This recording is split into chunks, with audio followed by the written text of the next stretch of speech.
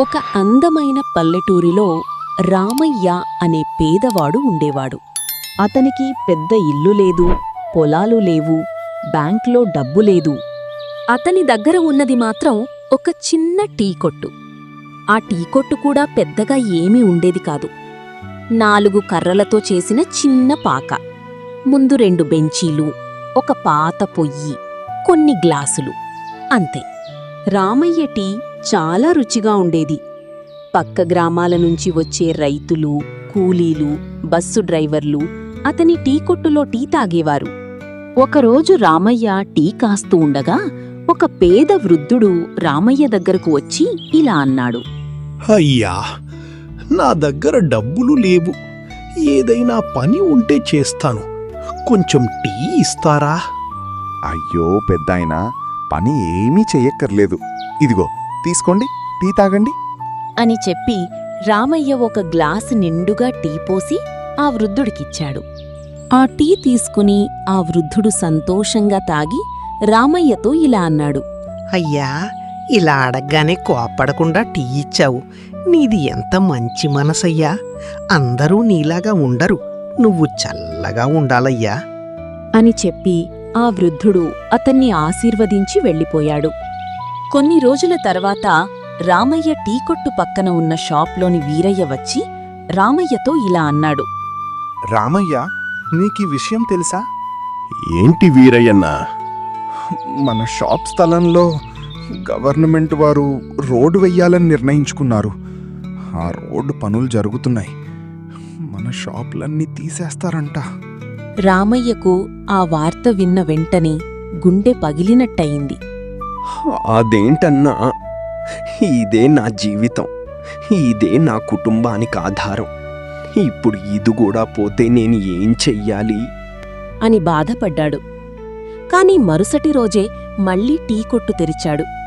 కష్టమొచ్చింది కాబట్టి పని ఆపకూడదు అని తనలో తను అనుకున్నాడు రామయ్య. ఆ రోజు సాయంత్రం భారీ వర్షం పడింది. రోడ్డు మొత్తం బురదగా మారిపోయింది. అందరూ తమ ఇళ్లకు వెళ్ళిపోయారు. రామయ్య మాత్రం టీ కొట్టు మూసెయ్యబోతుండగా దూరంగా ఒక కారు కనిపించింది.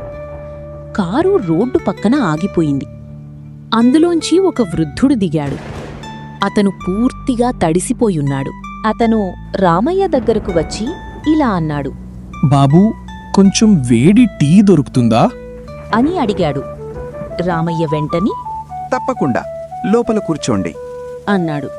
అతనికి వేడి టీతో పాటు కొంచెం తినడానికి బిస్కెట్లు కూడా ఇచ్చాడు. వృద్ధుడు టీ తాగుతూ రామయ్యను ఇలా అడిగాడు. బాబూ, నీ పేరేమిటి? రామయ్య అండి. ఈ టీ కొట్టు నీదేనా? అవునయ్యా, నాదే. రోజుకు ఎంత సంపాదిస్తావు?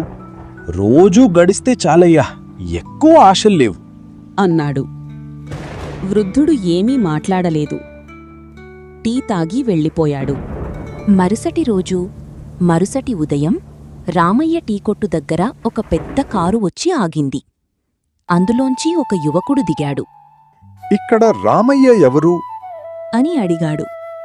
రామయ్య ముందుకు వచ్చాడు. నేనేనయ్యా. ఏమైందయ్యా? మీరెవరు? నిన్న రాత్రి మా నాన్నగారు మీ దగ్గర టీ తాగారు. ఆయన మీ గురించి చాలా చెప్పారు. రామయ్య ఆశ్చర్యపోయాడు. నా గురించి చెప్పారా? ఏమన్నయ్యా? ఆ యువకుడు ఒక కవరిచ్చాడు. ఇది మీకు. రామయ్య కవర్ తెరిచి చూసి ఆశ్చర్యపోయాడు. అందులో పెద్ద మొత్తంలో డబ్బుంది. రామయ్య ఇలా అడిగాడు. ఈ డబ్బు నాకిచ్చారేంటయ్యా? యువకుడు నవ్వుతూ ఇలా సమాధానమిచ్చాడు. మా నాన్నగారు ఒక పెద్ద వ్యాపారవేత్త. ఆయనకు డబ్బు కొరత లేదు. కాని మీలాంటి నిజాయితీగల మనిషిని చాలా రోజుల తర్వాత చూశారట. మీ టీ కొట్టు ఉన్న స్థలాన్ని మేము కొనబోతున్నాం. మీకు నష్టపరిహారం కూడా ఇస్తాం. అంతేకాదు, మీకోసం కొత్తగా ఒక మంచి టీ షాప్ ఏర్పాటు చేయడానికి సహాయం చేస్తాం అన్నాడు. రామయ్య కళ్లలో ఆనందబాష్పాలొచ్చాయి.